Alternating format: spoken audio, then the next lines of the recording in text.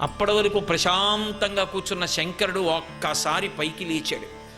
లేచి ఓ పెద్ద సింహం నోరు తెరిచినట్టుగా తెరిచి ప్రళయకాలంలో చేసేటటువంటి గర్జన ఎలా ఉంటుందో అటువంటి నవ్వు నవ్వి, ఆకాశంలోని మెరుపు ఎలా ఉంటుందో అటువంటి జడని ఒకదాన్ని ఊడబెరికి భూమి యొక్క మధ్య భాగమునందు దాన్ని కొట్టాడు.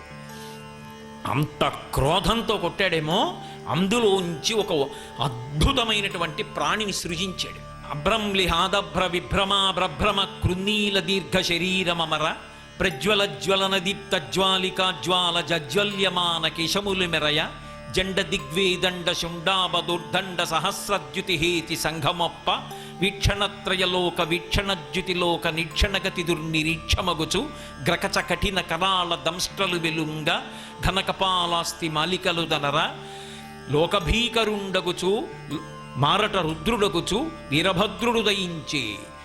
ఆయన ఆ జడని పెట్టి కొట్టేటప్పటికీ ఒక బ్రహ్మాండమైనటువంటి ప్రాణి ఒకటి పుట్టింది. అది భూమి మీద పాదాలు పెట్టి ఆకాశానికి తల తగులుతోంది. దాని జుత్తు ఇలా లేచి నిలబడింది. అది దీపాలు వెలుగుతున్నటువంటి స్తంభాల అన్నట్టుగా ఉంది. పెద్ద గరిమెడాకుల వంటి చేతుల నిండా ఆయుధాలు పట్టుకున్నాడు.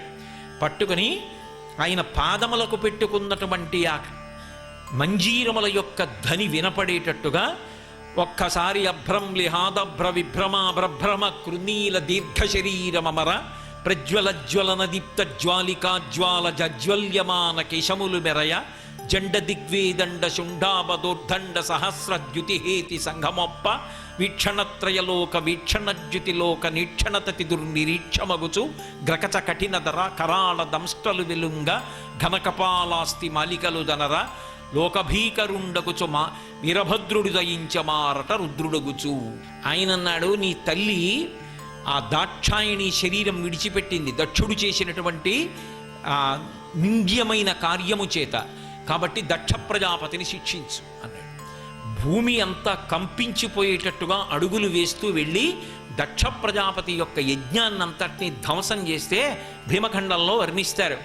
ఒక చిన్న దూడ రూపాన్ని పొంది అగ్నిహోత్రంతో ఆ యజ్ఞం అన్నీ పారిపోయేట, అదే దక్షారామం. అక్కడ ఉన్నటువంటి దేవతలందరినీ శిక్షించాడు. భగుడు అన్న పేరుతో సూర్యుడు అక్కడ కూర్చుని ఉంటే పళ్ళన్నీ పీకేశాడు ఆయనవి. అందుకే భగనేత్రభిదవ్యక్త సహస్రాక్ష సహస్రపాత్ అపవర్గ ప్రదోనంతస్తారక పరమేశ్వర అని పేరు. అందుకే పాయసాన్న నివేదన. కాబట్టి దేవతలందరినీ శిక్షించాడు. యజ్ఞగుండాన్నంతటినీ తిరగతోసేశాడు. దక్ష ప్రజాపతిది శరీరం అంతా మంత్రపూతమైపోయింది. ఆయన శరీరాన్ని భిన్నం చేయడం అంత తేలిక కాదు. అందుకని ఆ మెడని గిరగిరగిరగిర తిప్పి శరీరం నుంచి వేరు చేసి యజ్ఞకుండంలో పారేశాడు. ఆ శరీరము పోయి విగత శరీరం అయిపోయి దక్ష ప్రజాపతి నిలబడిపోయాడు. అప్పుడు దేవతలందరూ బుద్ధి తెచ్చుకొని శంకరుడి జోలికెళ్ళి నిష్కారణంగా ఇన్ని రుద్రుణ్ణి చేశాం, వెళ్ళి ఆయన దగ్గర క్షమాపణ చెప్దాం రమ్మని బ్రహ్మదేవుడు వచ్చి, ఎందుకురా మీకు అక్కర్లేని పనులు శంకరుడి జోలికెళ్ళడం ఏమిటి, నిరీశ్వర యాగం ఏమిటి, బుద్ధిహీనులు చెయ్యవలసిన పని చెయ్యకండి అని బుద్ధి చెప్పాడు. తల్లి శరీరం విడిచిపెట్టే ముందు మరణవాంగ్మూలం అంటారే, అలా ఒక సందేశాన్ని చెప్పింది. భవో నహోద్వేష్టి శివం శివేతరహ అని. శివుణ్ణి ద్వేషించిన వాడికి శివముండదు, మంగళముండదు అని చెప్పింది. అని చెప్పి ఆమె శరీరాన్ని వదిలిపెట్టి అవతార పరిసమాప్తి చేసింది. శంకరుడు కైలాసానికి దేవతలందరూ వెళ్ళేసరికి పరమ ప్రశాంతంగా దక్షిణామూర్తిగా కూర్చుని ఉన్నాడు. అప్పటికి కోపం వదిలేస్తాడు.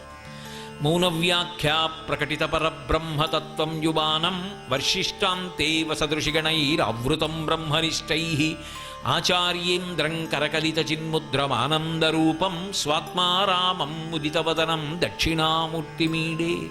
సనకసనందనాది మహర్షులందరూ చుట్టూ కూర్చునుండగా చిన్ముద్ర పట్టి చక్కగా వాళ్ళందరికీ తత్వోపదేశం చేస్తూ కూర్చొనున్నాడు. దేవతలందరూ వెళ్ళి శంకరుడితో క్షమాపరాధ స్తోత్రం చెప్పి అయా మమ్మల్ని క్షమించమని అడిగారు. వెంటనే అందరినీ క్షమించాడు. మళ్ళీ దక్ష ప్రజాపతికి గొర్రె తలకాయని పెట్టి మళ్ళీ బ్రతికేటట్టుగా అవకాశం ఇచ్చాడు. దేవతలందరూ సంతోషించారు. యజ్ఞాన్ని పూర్తి చెయ్యమన్నాడు. మళ్ళీ యజ్ఞం పూర్తి చేశారు. ఈ తల్లి దాక్షాయణి శంకరుడితో కలిసి ఒకానొకప్పుడు ఆమె శరీరంతో ఉన్న రోజులలో హిమవత్ పర్వత సానువులలో విహరించింది. ఆ విహరించినప్పుడు హిమవంతుని యొక్క భార్య మేనకాదేవి చూసింది అమ్మవారిని. చూసి పిల్ల ఎంత బాగుందో, నాకు ఇలాంటి పిల్ల కూతురుగా వస్తే బాగుండు అని మనసులో అనుకుంది. అది దృష్టిలో పెట్టుకుంది. అందుకని మేనకకి కుమార్తెగా వెళ్ళాలి. ఇప్పుడు ఆమె అవతార పరిసమాప్తి చేసింది. కానీ శక్తిగా ఎప్పుడూ శివుడితో కలిసి ఉంటుంది. బాహ్యంలో మళ్ళీ రూపాన్ని స్వీకరించాలి ఆవిడ. ఇప్పుడు ఆవిడ రూపాన్ని స్వీకరించకపోతే ఒక పరమ ప్రమాదకరమైనటువంటి విషయం ఒకటి లోకంలో బయలుదేరింది. అదేమి అంటే దితికశ్యపులకు వజ్రాంగుడు అని ఒక కుమారుడు జన్మించాడు. పేరుకి తగినట్టుగానే వజ్రాంగుడు. శరీరం అంతా వజ్రం ఎంత కఠినంగా ఉంటుందో అంత కఠినమైనటువంటి శరీరం. కాబట్టి దేవతలని సునాయాసంగా గెలిచాడు. స్వర్గలోకం మీద ఆధిపత్యం సంపాదించాడు. సంపాదించిన వాడు ఊరుకోకుండా ఇంద్రుణ్ణి బంధీకృతుణ్ణి చేసి తీసుకెళ్లి కారాగారంలో పెట్టాడు.